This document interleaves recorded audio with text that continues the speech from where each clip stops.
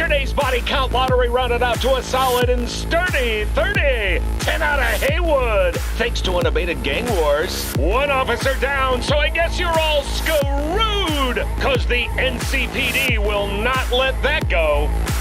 Got another blackout in Santo Domingo. Netrunners are at it again, poking holes in the power grid. Bonjour à tous, ici le colonel Vanagan. Et comme vous le voyez, le futur est en train de nous rattraper. Je voulais profiter de la sortie du jeu Cyberpunk 2077 pour faire... vous savez, les choses arrivent au moment où elles doivent arriver. C'est ça, c'est assez étrange ce monde, ça s'appelle la Providence. Et voyez-vous, au moment où on nous annonce The Great Reset, hein, la grande réinitialisation, au moment où l'on voit un Schwab qui est complètement dingue et qui nous pousse, qui essaye de pousser la population vers cette espèce de futur étrange et transhumaniste, mais bien transhumaniste, hein, avec tout ce que ça peut comporter. Et bien vous voyez en fait la synchronicité, comme disent certains, c'est Cyberpunk 2077 qui sort. Moi ça fait 8 ans que je l'attends ce jeu, je suis un inconditionnel de ce genre-là. J'ai lu, je pense, quasiment tout Gibson, Philip K. Dick, etc. Et on ne regarde pas assez le fait de la science-fiction, on ne regarde pas assez les auteurs. C'est intéressant à observer. Et avec vous aujourd'hui, je voudrais vous parler un peu de tout ça et de mettre en parallèle le CFR, bien sûr. Enfin, je parle toujours du CFR, mais vous allez croire que je fais des fixettes là-dessus, mais en réalité, vous allez voir que l'ensemble des organisations supranationales, l'ensemble des décisions qui sont prises, etc., poussent vers cette espèce de futur. Et je trouvais que Cyberpunk était une très bonne illustration, encore meilleur que Fallout 4. Fallout 4 propose un futur particulier, on va dire. Cyberpunk, depuis les années 90, c'est assez étrange de voir à quel point on nous pousse vers cette société. On peut voir ça également dans le film Blade Runner. Allez, c'est parti.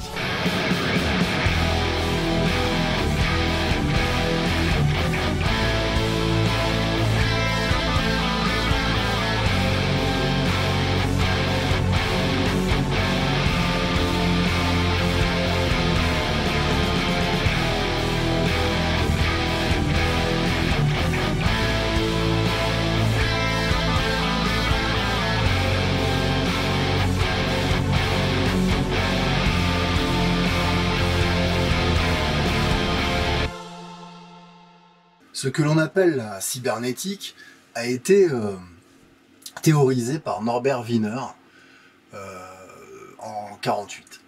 Il disait que c'était l'étude scientifique du contrôle et de la communication entre l'animal et la machine.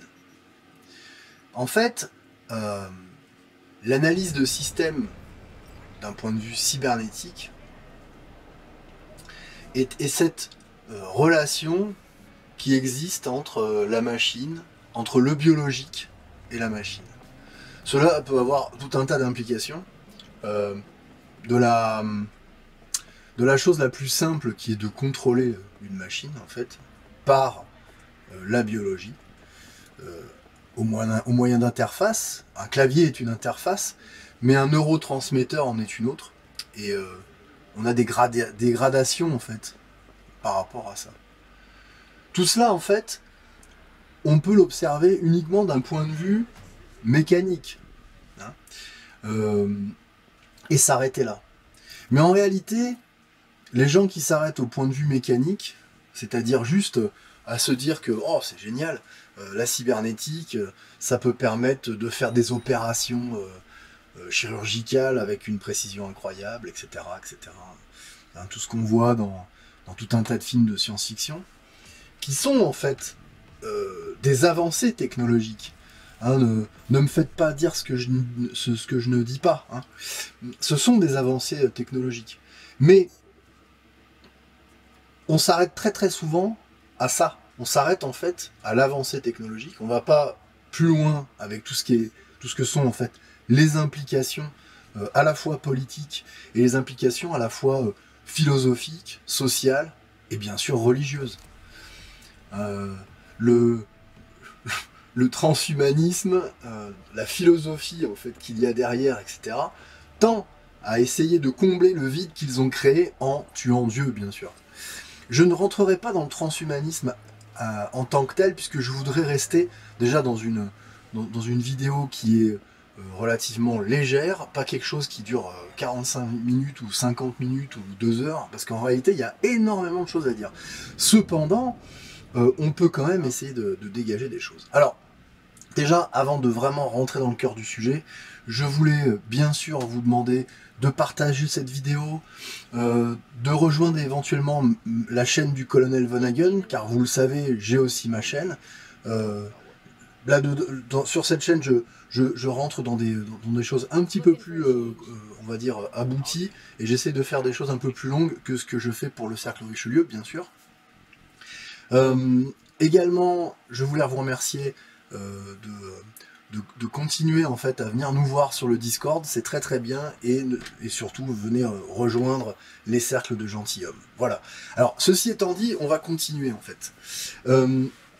J'ai envie d'aborder dans un premier temps l'aspect social en fait de ce que peut représenter cette société que l'on nous promet, hein, cette société cybernétisée, parce que ne croyez pas que Cyberpunk ne s'arrête qu'à un jeu, ne croyez pas que voilà, en fait, c'est de la science-fiction, et puis c'est souvent d'ailleurs l'erreur qui est commise régulièrement sur ce qu'est la science-fiction, c'est justement de dire science-fiction. Fiction. Quelque chose qui n'est pas réel, qui est fictif. Or, moi qui ai 40 et quelques berges, et qui ai mis mon nez dans la science-fiction dès mon plus tendre âge, j'ai vu la science-fiction devenir une réalité. Et les gens qui ont mon âge, ou qui sont peut-être un peu plus vieux que moi, ont vu ces dernières années des avancées technologiques que les millennials, là, les petits jeunes, ne réalisent pas. Tous ces jeunes-là, en fait, ne réalisent pas que dans nos vies à nous, là, les quarantenaires, nous sommes passés des cassettes magnétiques audio au CD, et maintenant, en fait, au Solid State Drive, SSD, c'est-à-dire des disques durs à mémoire flash avec des capacités de transfert de dingue. Nous sommes passés de machines, de PC en fait énormes que l'on posait sur un bureau à un téléphone portable qui est plus puissant que ma première machine en peu de temps. Mon téléphone portable actuellement est plus puissant que mon premier ordinateur. Et il ne s'est pas passé 400 ans entre les deux. Il ne s'est même pas passé 40 ans. Voilà. Nous avançons, la science avance à très grande vitesse. Ok. Ça, c'est fait. Maintenant, est-ce que lorsque l'on regarde cette science, en fait, cet apport technologique, est-ce que cet apport technologique est concomitant avec un bien-être de société? En fait, non. Bien sûr, parce que on vous promet d'avoir une meilleure société parce qu'on a de l'avancée technologique. Or, on s'aperçoit que, finalement, même eux le reconnaissent, les inégalités, comme ils disent, c'est-à-dire le fossé qui existe entre les différentes strates de la société, est énorme. Et donc, la société cyberpunk est l'exemplification de cela, en fait. Et je vais vous dire pourquoi. Tout d'abord, Cyberpunk se passe en 2077. C'est intéressant, c'est 57 ans en avant. Initialement, ça se passait en 2020. Quand moi j'ai connu Cyberpunk, c'était en 1995, et le jeu se passait en 2020.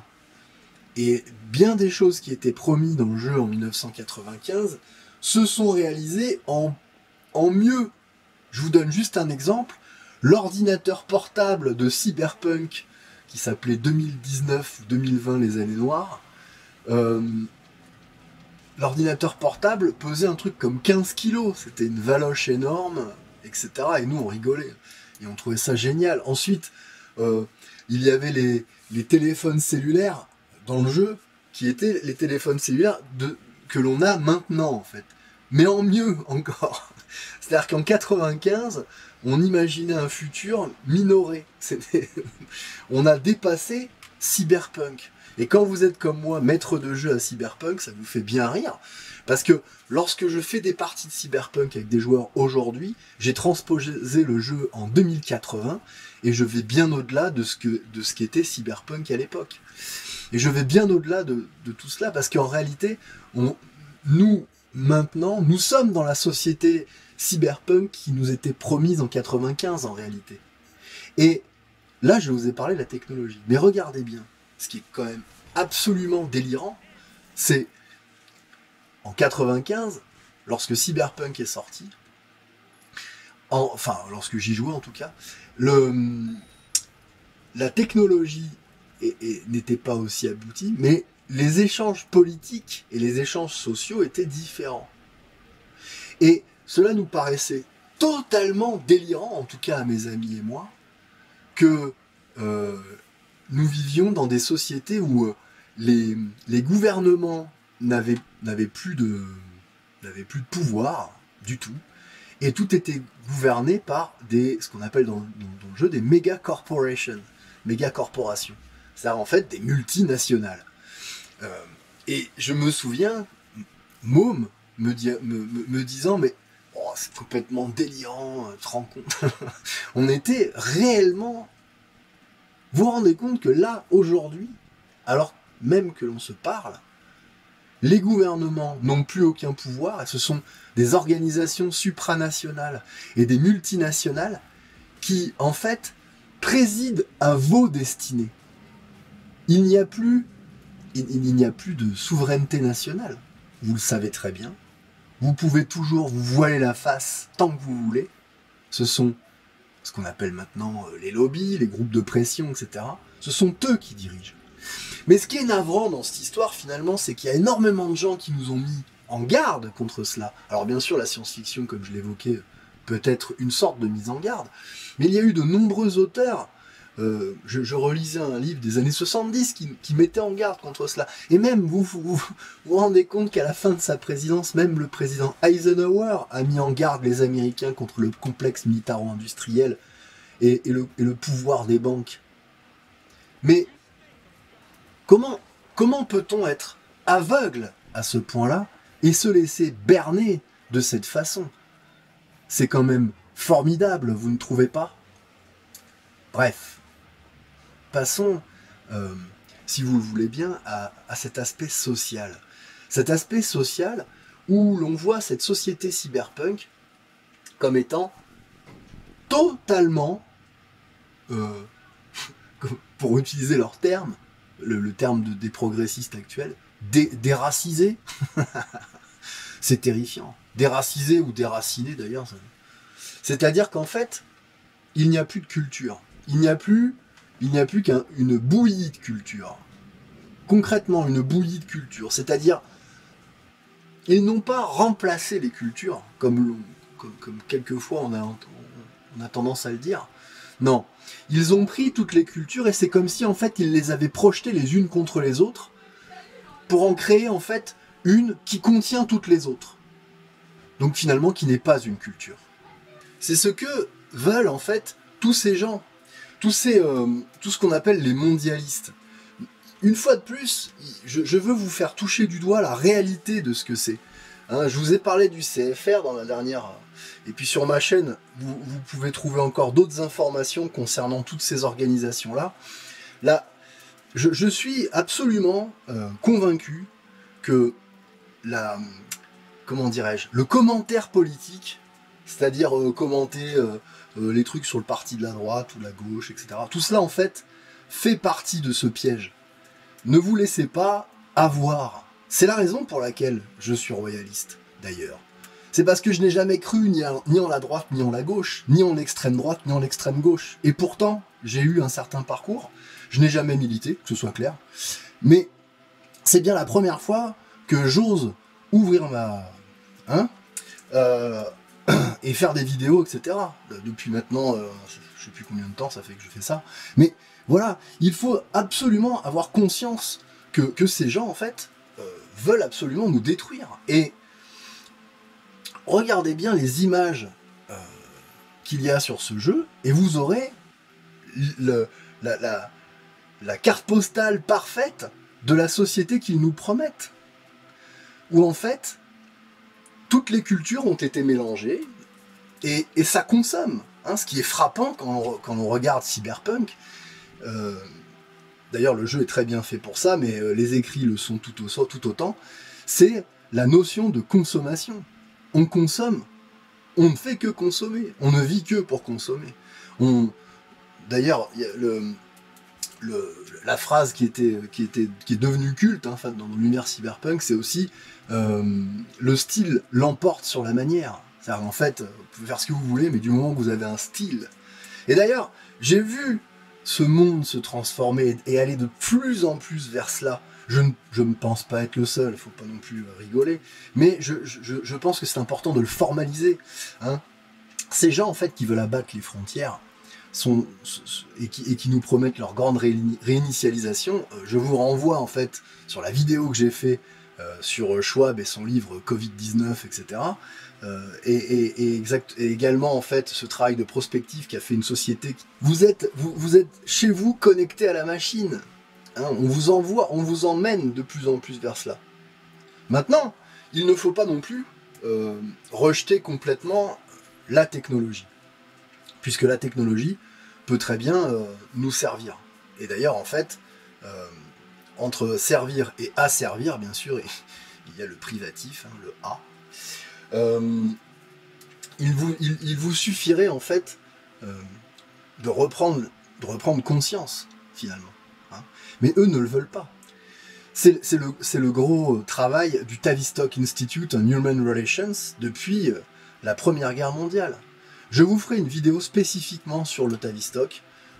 Il en existe bien trop peu, je pense, en langue française. Il faut vraiment en fait continuer à passer cette information et que les gens comprennent bien que non, rien n'est naturel. C'est pas vrai. Le jeu de la politique n'est pas naturel. Tout est poussé en fait vers une certaine idéologie et un certain agenda. Et contrairement à ce que vous disent par exemple les Verts, hein, qui essayent de tabler sur la décroissance. En fait, c'est une décroissance qui leur va bien. C'est-à-dire une décroissance en fait qui soit à la fois...